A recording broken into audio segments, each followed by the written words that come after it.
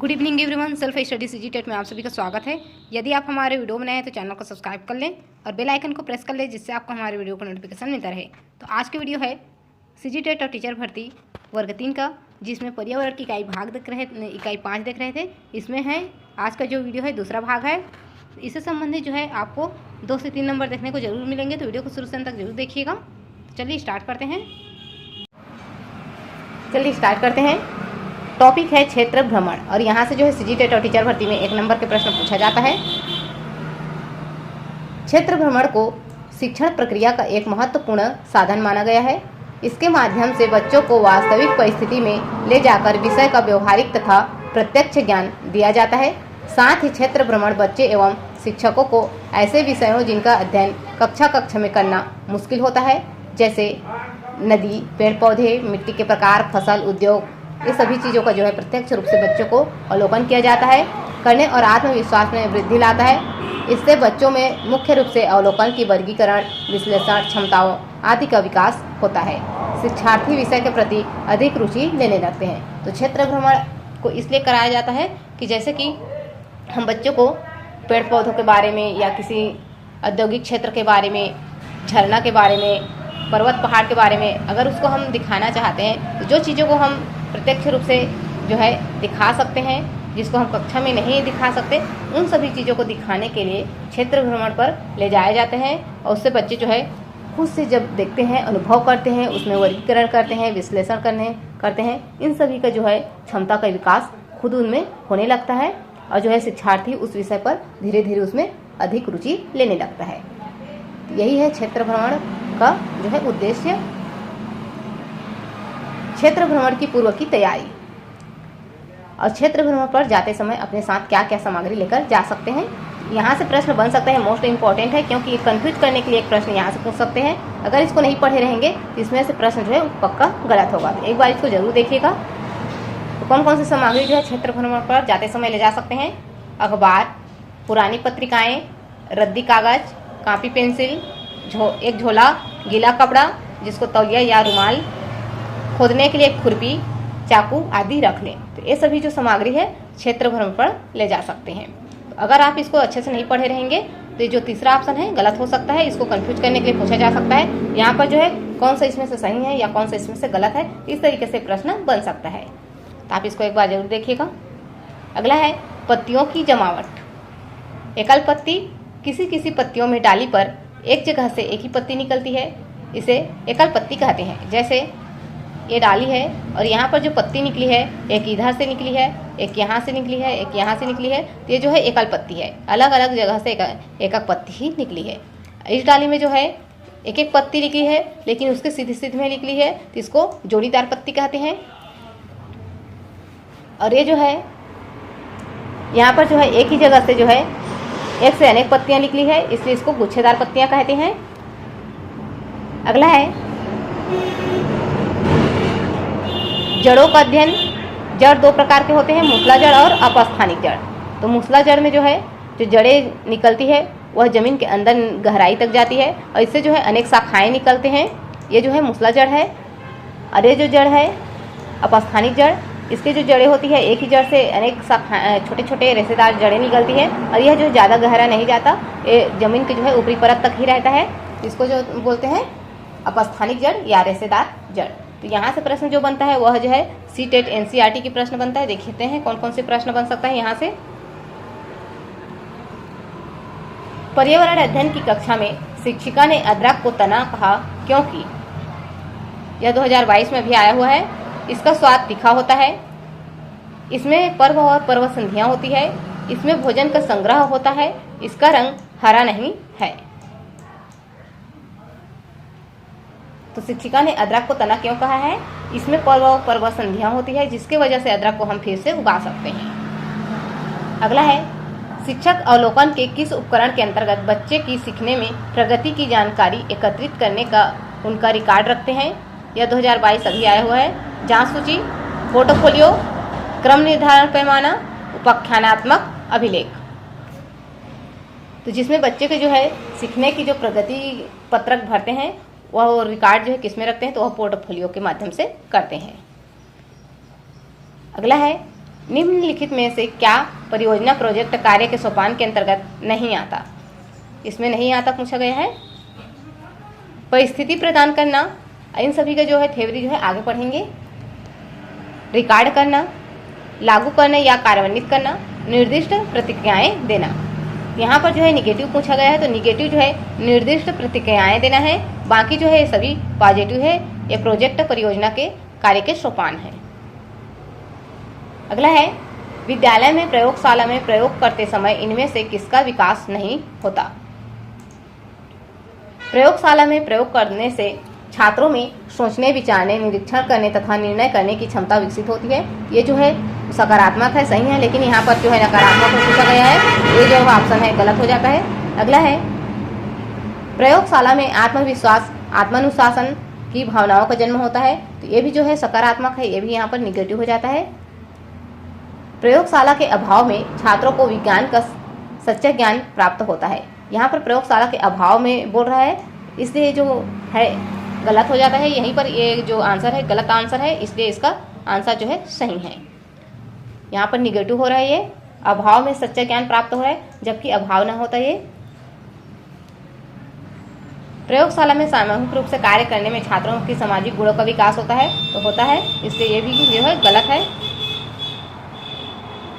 अगला है, छात्रों के लिए सीखने के प्रमुख संसाधन है। इसका थ्योरी आगे पढ़ेंगे और यहाँ से प्रश्न बनता ही है। छात्रों के सीखने के प्रमुख संसाधन कौन कौन से हैं? विभिन्न क्रियाओं हेतु सामग्री संकलन, विभिन्न क्रिया के माध्यम से जो है सामग्रियों का संकलन करना, एकत्रित करना, जानकारी इकट्ठा करना, ग्रंथालय, पुस्तकालय, लाइब्रेरी से जी बच्चे जो है अच्छे से सीखते हैं, भाषा विकास होता है उसमें, और कुछ नए नए जानकारी उसको प्राप्त होते हैं। सर्वे एवं प्रोजेक्ट, इससे भी जानकारी जो है इकट्ठे करते हैं। तो ये सभी जो है सीखने के प्रमुख संसाधन है, तो इसका डी ऑप्शन सही है। पर्यावरण की कक्षा होनी चाहिए, तो पर्यावरण की कक्षा कैसे होनी चाहिए? गतिविधि आधारित कक्षा, पाठ्य पुस्तक पर आधारित कक्षा, पाठ्य पुस्तक पर दी गई गतिविधियों पर आधारित कक्षा, उपरोक्त सभी। यहाँ पर जाकर थ्योरी नहीं पढ़े रहेंगे तो डायरेक्ट उपरोक्त सभी बोल सकते हैं, क्योंकि ये पेडागॉजी के तहत ऐसे बोल सकते हैं। लेकिन अगर आप थ्योरी को अच्छे से पढ़े रहेंगे तो यहाँ पर जो है सही इसका आंसर होगा, वो होगा ऑप्शन नंबर ए, गतिविधि आधारित कक्षा। यह प्रश्न जो है 2 से 3 बार आ चुका है। अगला है, अगला जो टॉपिक है वो है सर्वे। सर्वे क्या होता है? सर्वे कुछ ऐसे सवालों हैं जिनके जवाब हमारी पाठ्य पुस्तक में नहीं मिलता। जैसे तुम्हारे गांव में कुल कितने परिवार हैं, एला है, कुल कितने परिवार हैं या कितने लोग हैं तथा उनके व्यवसाय क्या है। ऐसे बहुत से सवालों को जवाब जानने के लिए सर्वे एक उत्तम विधि है, जिसके माध्यम से हम संबंधित क्षेत्र में जाकर आंकड़े एकत्रित करते हैं तथा उनका विश्लेषण करके रिपोर्ट तैयार करते हैं। जैसे कि जनगणना करते हैं, ये जो सभी सवाल है उसके लिए हमें सर्वे करना पड़ता है। उसके बाद उसके जो है आंकड़े को इकट्ठे करके रिपोर्ट तैयार करते हैं, यही सर्वे है। और यहाँ से प्रश्न बनता है, ये जो है सीखने की संसाधन के रूप में काम आता है सर्वे। प्रश्न है जो एनसीईआरटी सीटेट से जो प्रश्न पूछा जाता है उनको देख लेते हैं, कौन कौन से प्रश्न वहाँ से बनता है और बन चुका है। कक्षा में पोषण प्रकरण का परिचय अधिक प्रभावी तरीके से देने के लिए एक शिक्षक को पोषण प्रकरण का परिचय अधिक प्रभावी बनाने के लिए कौन से ऑप्शन इसमें सही होगा? विद्यार्थियों को अपने नए टिफिन बॉक्स खोलने और उनकी सामग्री को देखने के लिए कहना तथा बाद में शिक्षक को उनकी व्याख्या करनी चाहिए। पोषक तत्वों से भरपूर विभिन्न भोजन के उदाहरण देने चाहिए। श्यामपट्ट पर पाचन तंत्र का आरेख बनाना चाहिए। मानव दांतों का प्रतिरूप दिखाना चाहिए। यहाँ पर जो है विद्यार्थियों को अपने टिफिन बॉक्स खोलने और उनकी सामग्री को भोजन को देखने के लिए कहना तथा बाद में शिक्षक को उसकी व्याख्या करनी चाहिए। तो ये इसका ए ऑप्शन ही सही है। अगर आपको इसमें से बी ऑप्शन सही लगता है तो आप जो है एक बार एनसीईआरटी में और चेक कर लीजिएगा।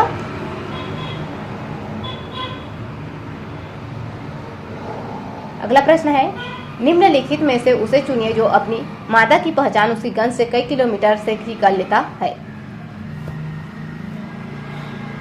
चींटी, मच्छर, रेशम का कीड़ा, मधुमक्खी।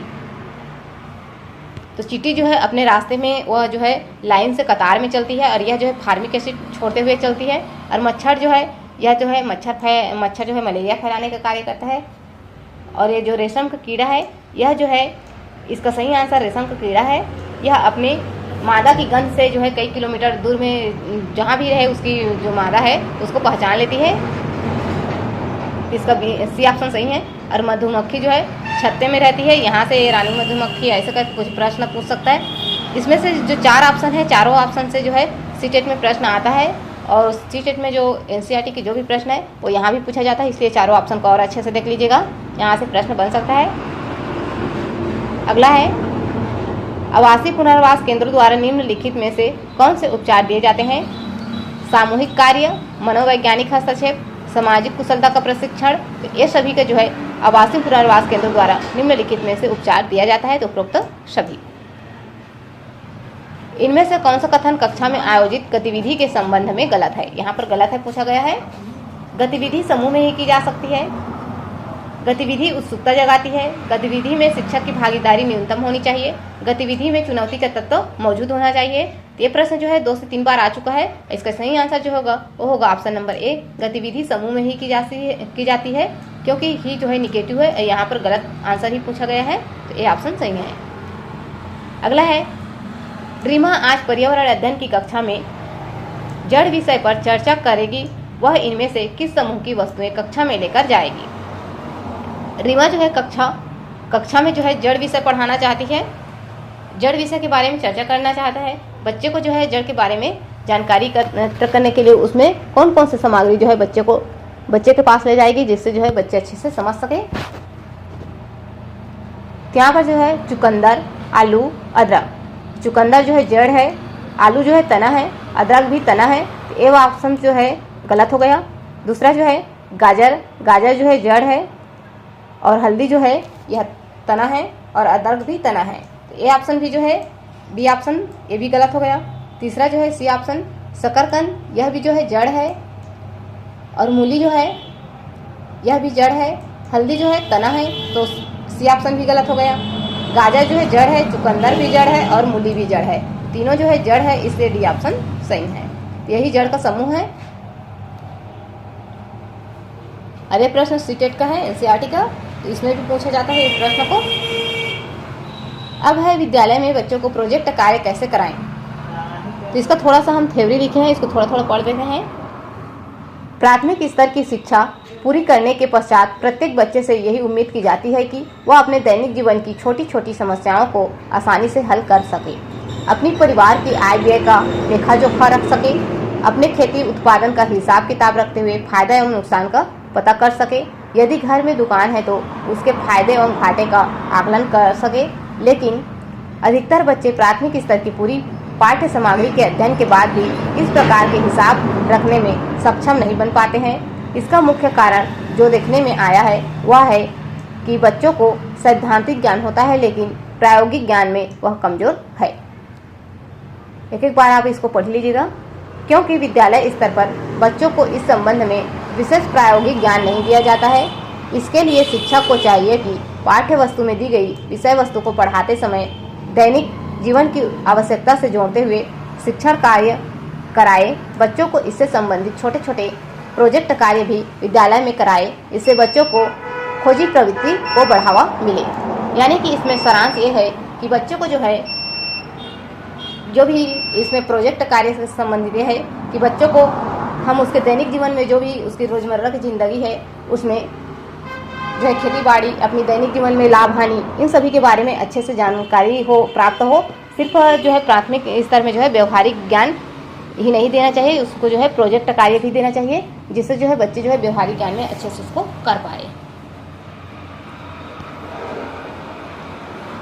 आगे है प्राथमिक स्तर पर प्रोजेक्ट कार्य कराने का उद्देश्य। पाठ्य पुस्तकों में दिए गए पाठों को सैद्धांतिक के साथ साथ प्रायोगिक बनाकर शिक्षण कराना, ताकि बच्चे उसे अपने दैनिक जीवन से जोड़ते हुए अपने ज्ञान को बढ़ा सके। ये सभी एक एक लाइन को अच्छे से पढ़ लीजिएगा, सभी एक एक लाइन से प्रश्न बन सकता है।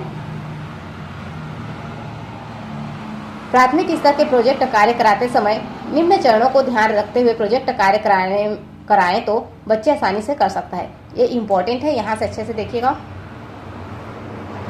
ये सभी थ्योरी है, मैं डायरेक्ट मेन टॉपिक बोल रही हूँ। परिस्थितियों का निर्माण करना, इसमें है निम्न चरणों को ध्यान में रखते हुए प्रोजेक्ट कार्य कराएं तो बच्चे आसानी से कर सकते हैं। तो परिस्थितियों का निर्माण करना, और है अगला प्रोजेक्ट कार्य का चुनाव करना, अगला है प्रोजेक्ट की योजना बनाना, अगला है प्रोजेक्ट को व्यवहारिक रूप देना, और पांचवा है प्रोजेक्ट कार्य का निर्णयात्मक परीक्षण। इतना जो 5 टॉपिक है, इस 5 टॉपिक को याद रखें। बाकी इसमें जो थ्योरी है उसको थोड़ा थोड़ा एक एक बार पढ़ लीजिएगा। चलिए पढ़ के थोड़ा थोड़ा सुना देते हैं। परिस्थितियों का निर्माण करना, जो प्रोजेक्ट चुना जाए वह ऐसा होना चाहिए जिसमें विद्यार्थियों की रुचि हो, जिसे वे पूरा कर सके। शिक्षकों को चाहिए कि वह विद्यार्थियों की क्षमता तथा योग्यताओं के आधार पर ऐसी परिस्थितियों का निर्माण करे जिनके द्वारा विद्यार्थी किसी न किसी विषय को प्रोजेक्ट कार्य हेतु चुन सके।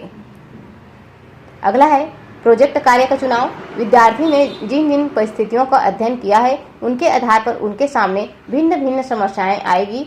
वे इस समस्याओं में से किसी एक समस्या को चुने। समस्या का चयन आपसी चर्चा के बाद भी किया जा सकता है। शिक्षक को इस बात को ध्यान में रखना चाहिए कि प्रोजेक्ट कार्य बच्चे की क्षमता के अनुरूप ही हो। प्रोजेक्ट कार्य बच्चे की इच्छा के विरुद्ध शिक्षक द्वारा नहीं थोपा जाना चाहिए। यही सभी जो है पेडागॉजी है। आप इसको एक एक बार पढ़ेंगे तो आसानी से जो है समझ में आ जाएंगे। प्रोजेक्ट की योजना।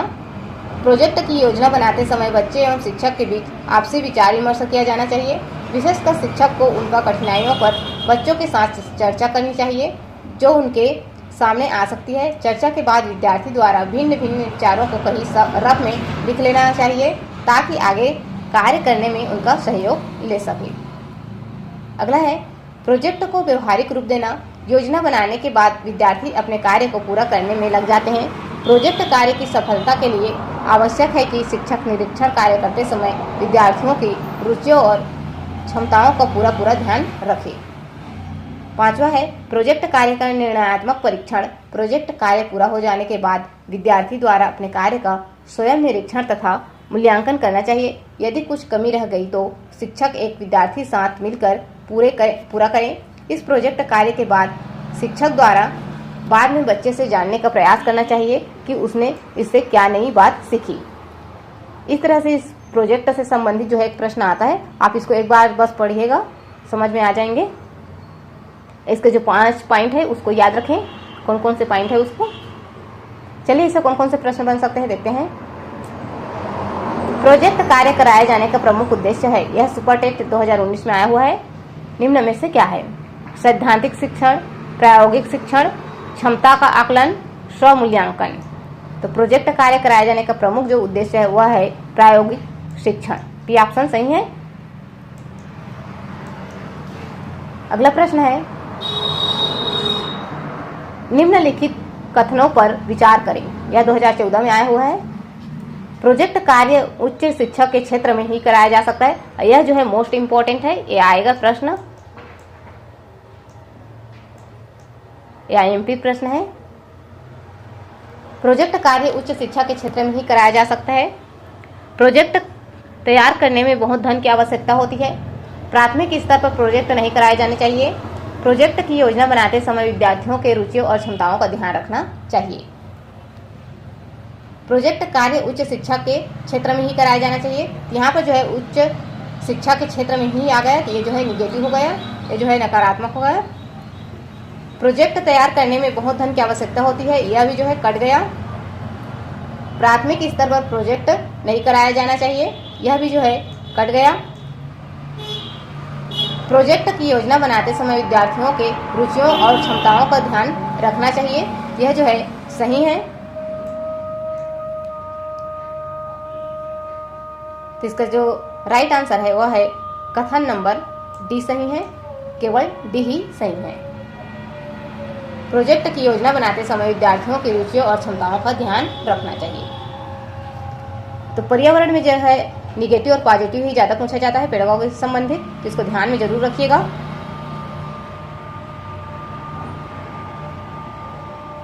अगला प्रश्न है, यहाँ भी प्रश्न आता है सीखने के संसाधन के रूप में। पुस्तकालय सीखने के संसाधन के रूप में। स्कूल पुस्तकालय की संकल्पना एक ऐसे बौद्धिक स्थल के रूप में की जानी चाहिए जहां शिक्षक, विद्यार्थी और निकटतम समुदाय के लोग ज्ञान के गहरे अर्थों और कल्पनाशीलता की तलाश में आए। जो पुस्तकालय है, लाइब्रेरी, उसकी यहाँ पर उद्देश्य बताया गया है कि किस लिए उसको रखा गया है और कैसे संसाधन के रूप में काम करता है, उसके बारे में बताया गया है। यहाँ पर कुछ बच्चे स्वयं किताबों की ओर आकर्षित होते हैं, तो कुछ बच्चों को किताब की अद्भुत विलक्षण दुनिया से परिचित करवाने की जरूरत होती है। पर दोनों ही स्थितियों में किसी को तो पहल करनी होती है। यह जरूरी नहीं कि स्कूल में पुस्तकालय के लिए एक अलग अलग कमरा हो। यहाँ पर जो है इम्पोर्टेंट है, पूछा जा सकता है ये जो टॉपिक है, इसको कौन सा इसमें से निगेटिव है या कौन सा पॉजिटिव है करके इसको पूछा जा सकता है, इसलिए इस लाइन को याद रखें। यह जरूरी नहीं कि स्कूल में पुस्तकालय के लिए एक अलग कमरा हो। अहम तो यह है कि ऐसी कुछ किताबें हो जो बच्चों के स्तर और दिलचस्पी की हो। इस तरह से आप एक एक लाइन को अगर अच्छा से पढ़ेंगे तो आपको खुद पता चल जाएगा कि कहाँ से प्रश्न बन सकता है। जो इम्पोर्टेंट लग रहा है, जो लाइन, उस जगह को लाइन कर दीजिएगा, उस जगह को मार्क कर दीजिएगा, जिससे पता चल जाए कि प्रश्न इस जगह जो लाइन है वो जो है इम्पोर्टेंट है करके। आप खुद से PDF से पढ़कर देखिएगा, जो DED सेकेंड ईयर के PDF है उनको। चलिए इससे संबंधित कौन कौन से प्रश्न बना हुआ है देखते हैं। छात्रों के सीखने के प्रमुख संसाधन है विभिन्न क्रियाओं हेतु सामग्री संकलन, ग्रंथालय, सर्वे एवं प्रोजेक्ट निर्माण, उपरोक्त सभी। यह प्रश्न आया हुआ है तो इसका डी ऑप्शन ही सही है। सर्वाधिक सीखने का महत्वपूर्ण संसाधन है क्षेत्र भ्रमण, पुस्तकालय, सर्वे एवं परियोजना, उपरोक्त सभी। तो इसका सही आंसर है उपरोक्त सभी। अगला है निम्नलिखित में से किसमें प्रत्यक्ष अनुभव की संभावना है? क्षेत्र भ्रमण, सर्वे, प्रोजेक्ट, उपरोक्त सभी। इसका सही आंसर है उपरोक्त सभी।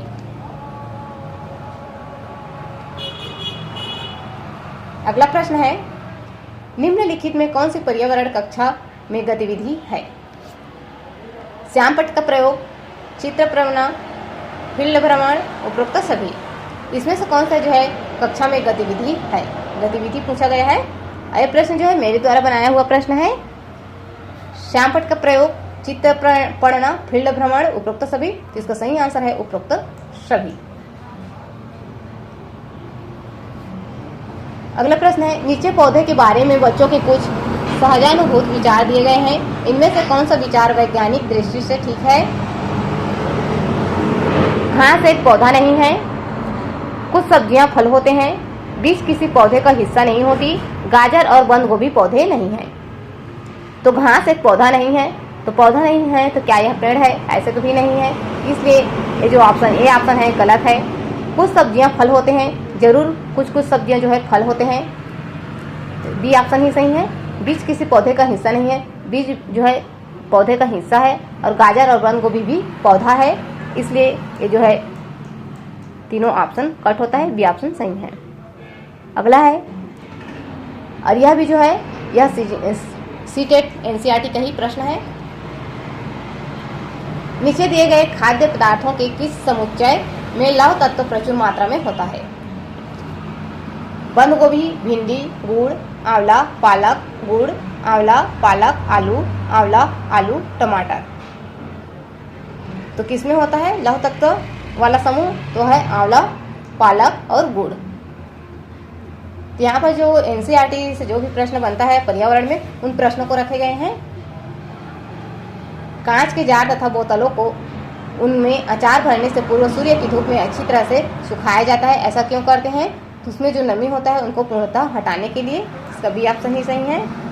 इन प्रश्नों को मैं नहीं पढ़ रही हूँ, डायरेक्ट बता दे रही हूँ, क्योंकि ये प्रश्न जो है हमारे CGTET में बनता है। बच्चों के द्वारा सब्जी बाजार से इकट्ठी की गई सामग्री में से उन्हें पहचानिए जिनके भीतर बीज होते हैं। आलू, टमाटर, नाशपाती, चीकू, भिंडी, करेला, प्याज, खीरा। यहाँ से प्रश्न बन सकता है क्योंकि यह जो है एक विश्लेषण वर्गीकरण समूह वाला है, और समूह वर्गीकरण इसमें जो है पर्यावरण में आता ही है। तो यहाँ से जो है प्रश्न बन सकता है, इसलिए इस प्रश्न को रखे हैं, इसको जरूर देखिएगा। तो इसमें जो है किसमें बीज पाया जाता है? तो टमाटर में पाया जाता है बीज, नाशपाती में रहता है, चीकू में रहता है, भिंडी में रहता है, करेला में रहता है, और खीरा में रहता है। सिर्फ जो है प्याज और आलू में नहीं रहता, तो जिसमें प्याज और आलू हो उसको हटा देते हैं। टमाटर, नाशपाती, चीकू तो इसमें है, लेकिन यहाँ पर 3 ही फल दिया है, सभी फल आना चाहिए। टमाटर, नाशपाती, भिंडी, खीरा, चीकू। टमाटर, नाशपाती, चीकू, भिंडी, करेला, खीरा। यही जो है सी ऑप्शन ही सही है। 2 के छोड़ बाकी सभी ऑप्शन यहाँ, बाकी सभी जो फल है यहाँ पर मौजूद है, इससे इसका सी ऑप्शन सही है। अगला प्रश्न है, रीना आम पसंद करती है, वह इन्हें जाड़े के लिए संरक्षित करना चाहती है। निम्नलिखित में से कौन सा तरीका संरक्षण के लिए सर्वाधिक उपयुक्त है? अचार और आम पापड़ बनाना। तो जो है आम को अच्छे से संरक्षित रखने के लिए अचार और आम पापड़ बनाकर ही उसको हम संरक्षित रख सकते हैं लंबे समय के लिए, तो ये ऑप्शन ही सही है। ये भी जो है सीटेट एनसीईआरटी के प्रश्न है, यह प्रश्न भी पूछा जाता है। निम्नलिखित पत्तियों में निम्नलिखित पक्षियों में कौन काफी हद तक अपनी गर्दन को पीछे तक घुमा सकता है? मैना, उल्लू, कौवा, कोयला। तो काफी हद तक जो है कौन सी पक्षी जो है अपने गर्दन को घुमा सकती है? तो वो है उल्लू। ये प्रश्न भी पूछ सकते हैं, क्योंकि यह जो है पक्षी के आँख की पुतली के तहत प्रश्न वाला है, इसलिए पूछा जाता है प्रश्न को। रेशेदार अपस्थानिक जड़ी किसमें पाई जाती है? देखिए 2017 में आया हुआ प्रश्न है। आम, जामुन एवं मक्का, गेहूं, सूर्यमुखी, चना, गन्ना, मक्का एवं बांस, गन्ना, लौकी, आलू। तो यहाँ पर जो है गन्ना, मक्का एवं बांस, इसमें जो है अपस्थानिक जड़ें पाई जाती हैं जो रेशेदार होती है। निम्नलिखित में कौन सा वायुमंडल में ऑक्सीजन और कार्बन डाइऑक्साइड के संतुलन में प्रमुख भूमिका निभाता है? यह भी 2017 में आया हुआ है। श्वसन, प्रकाश संश्लेषण, पत्ती की संरचना, ओजोन। तो यहाँ पर पूछा जा रहा है वायुमंडल में ऑक्सीजन और कार्बन डाइऑक्साइड के संतुलन में प्रमुख भूमिका निभाता है, तो वह है प्रकाश संश्लेषण। अगला है, विद्यार्थियों में स्व अध्ययन की आदत विकसित करने के लिए निम्नलिखित में से कौन सा तरीका सर्वोत्तम है? समाचार पत्र पढ़वाकर, स्व अध्ययन का लाभ बताकर, उन व्यक्तियों का उदाहरण देकर जिन्होंने स्व अध्ययन द्वारा उन्नति की है। स्व अध्ययन सामग्री विद्यार्थियों को उपलब्ध कराकर। तो यहाँ पर जो है स्व अध्ययन की आदत विकसित करने के लिए निम्नलिखित में कौन सा तरीका सर्वोत्तम है? तो जो है बच्चों को स्व अध्ययन सामग्री विद्यार्थियों को उपलब्ध कराकर। मूल्यांकन में निहित नहीं है। मूल्यांकन से संबंधित एक ही प्रश्न आया हुआ है पर्यावरण में पूरे 5-6 साल में। विद्यार्थियों का वर्गीकरण उनकी शैक्षिक उपलब्धि के आधार पर करना। उपचारात्मक शिक्षण, विद्यार्थियों की सीखने की प्रक्रिया में होने वाली कठिनाइयों को जानना। सीखने सिखाने की प्रक्रिया में उन्नत कठिनाइयों को जानना। यहाँ पर निहित नहीं है, पूछा गया है विद्यार्थियों का वर्गीकरण उनकी शैक्षिक उपलब्धि के आधार पर करना। तो ये ऑप्शन ही सही है।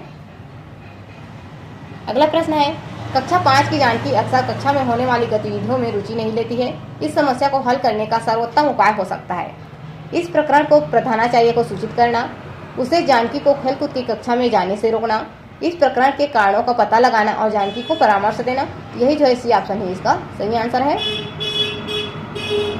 हाथियों के विषय में नीचे दिए गए कथनों पर विचार कीजिए। तो यहाँ से जो है ये प्रश्न जो है 2 से 3 बार पूछा जा चुका है और यह सीटेट का प्रश्न है एनसीईआरटी का। हाथी बहुत कम आराम करते हैं। यह एक दिन में केवल 2 से 4 घंटे ही सोते हैं। एक बड़ा हाथी एक दिन में 200 किलोग्राम के या 2 कुंटल से अधिक पत्तियां और झाड़ियां खा लेता है। इन्हें पानी और कीचड़ में खेलना बहुत भाता है, इससे इनके शरीर को ठंडक मिलती है। किसी हाथियों के झुंड में सबसे बुजुर्ग हथिनी ही सभी फैसले लेती है। इनमें से सभी कथन सही हैं। तो यहाँ पर कौन से कथन जो है सही है? तो इसमें जो है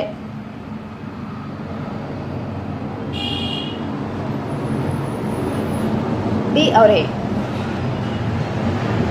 यहाँ पर जो है किसी हाथी के झुंड में सबसे बुजुर्ग हथिनी ही फैसले लेते हैं, डी ऑप्शन सही है। और जो है और कौन से ऑप्शन सही है? और ए ऑप्शन सही है। ए ऑप्शन में क्या कह रहा है? हाथी बहुत कम आराम करते हैं, यह दिन में केवल 2 से 4 घंटे ही सोते हैं। तो ए और डी ये दोनों ऑप्शन जो है सही है। इन्हें पानी और कीचड़ में खेलना बहुत भाता है, इनके शरीर को ठंडक मिलती है। कि जो है सी ऑप्शन भी सही है। तो ए, सी और डी ये तीनों ऑप्शन सही हैं। आप एनसीईआरटी में और अच्छे से इसको पढ़ लीजिएगा। इससे संबंधित कोई भी प्रश्न पूछा जा सकता है, हाथी से संबंधित। अगला प्रश्न है, नीचे दी गई कौन सी जानकारी रेलवे टिकट से प्राप्त की जा सकती है? तो यहाँ से भी प्रश्न बनता है। आप इसके डायरेक्ट मैं आंसर बताते चलूंगी। टिकट बुक कराने की तारीख और समय, यात्रा शुरू करने की तारीख और समय, डिब्बे का नंबर, बर्थ का नंबर और किराया, यात्रा करने वालों का नाम, आयु और लिंग, ट्रेन का नंबर और नाम व स्टेशन जहां ट्रेन पकड़नी है और अंतिम स्टेशन का नाम, अंतिम स्टेशन पर पहुंचने की तारीख और समय। तो इसका जो सही उत्तर होगा वो होगा 1, 2, 4। 1, 2 और 4। आप इसको एनसीईआरटी में और अच्छा से देख लीजिएगा। मृत सागर, तो यहां से प्रश्न बनता ही है। मृत सागर क्या है? तो ऐसा सागर जिसका पानी जहरीला होता है, ऐसा सागर जो सभी महासागरों व सागरों से ज़्यादा नमकीन है, ऐसा जिसमें ज्वार भाटे बहुत तीव्र गति से आते हैं, ऐसा सागर जिसमें जहाज चलाना खतरनाक होता है। तो मृत सागर क्या है? तो ऐसा सागर जो सभी महासागरों व सागरों से ज़्यादा नमकीन है। शालिनी कक्षा 5 के शिक्षार्थियों को पोषण पर आधारित प्रकरण से परिचित कराना चाहती है। श्याम पट पर पाचन तंत्र का आरेख बनाना चाहिए। पोषण तत्वों से भरपूर विभिन्न प्रकार के भोजन के उदाहरण देना चाहिए। विभिन्न प्रकार के भोजन को प्रदर्शित करने वाले चार्ट का प्रयोग करना चाहिए। शिक्षार्थियों से कहना कि वे अपने अपने टिफिन बॉक्स खोले, उसके तत्वों का अवलोकन करें और उसके बाद उन्हें व्याख्या करनी चाहिए। ये प्रश्न 2 बार लिखा गया है और 2 बार भी इसको पूछा गया है अलग अलग तरीके से। तो आप इसको जरूर देखिएगा। यह एनसीईआरटी का है, जो सीटेट का क्वेश्चन है, अब पूछा जाता है। फिर है हाथी के झुंड के बारे में। हाथियों के झुंड के बारे में सही कथनों को चुनकर लिखिए। यहाँ से प्रश्न बन चुका है। हाथियों के झुंड में केवल हथिनियाँ और 14-15 वर्ष के बच्चे ही रहते हैं और यही इसका सही आंसर है। हाथियों के झुंड में किसी एक ही परिवार के सदस्य होते हैं, ये गलत है। झुंड की सबसे बुजुर्ग हथिनी ही पूरी झुंड की नेता होती है, यह भी सही है। एक झुंड में हथिनियाँ और बच्चों की संख्या कितनी भी हो सकती है? तो यहाँ पर जो है ए और सी ऑप्शन जो है सही है। ए और सी ऑप्शन में कौन कौन से हैं? ए ऑप्शन में हथिनियों के झुंड में केवल हथिनियाँ और 14-15 वर्ष की बच्चे होती है और जो है सी ऑप्शन है झुंड की सबसे बुजुर्ग हथिनी पूरे झुंड की नेता होती है। तो ए और सी ऑप्शन जो है सही है। अगला है, ये मोस्ट इम्पोर्टेंट प्रश्न है, आता ही है। पक्षी अपनी गर्दन बहुत अधिक हिलाते हैं, इसका कारण है कि उड़ सकते हैं, पक्षियों की आंखों की पुतली घूम नहीं सकती, इसलिए जो है पक्षी जो है अपनी गर्दन अधिक हिलाती है। जिसका भी ऑप्शन ही सही है। प्रश्न जो है 3 से 4 बार आ चुकी है और 2020 में जो ये 2 बार प्रश्न आ चुका है, एक ही पेपर में 2 बार आया हुआ है प्रश्न रिपीट करके। तो इस तरह से आज का वीडियो जो है समाप्त होता है। आपको पर्यावरण का पूरा कंप्लीट हो गया। अगर आपको जो है परिवार टॉपिक आप जो है सीजीटेट के लिए बनाए थे, वही वीडियो को देखिएगा और पारिस्थितिक तंत्र से कुछ इंपॉर्टेंट जो बचा होगा उसको बना देंगे। फिर जो है पर्यावरण कंप्लीट होता है। इसके बाद हम आप लोगों को जो है गणित का पेडागॉजी देंगे 2 वीडियो, जिसमें जो है दोनों पेपर के लिए कंप्लीट हो जाएगा। तो अगर आपको वीडियो चाहिए तो कमेंट बॉक्स में जरूर कीजिएगा गणित का, क्योंकि व्यूज भी नहीं आता है और नेट खपत इतना होता है कि एक दिन में एक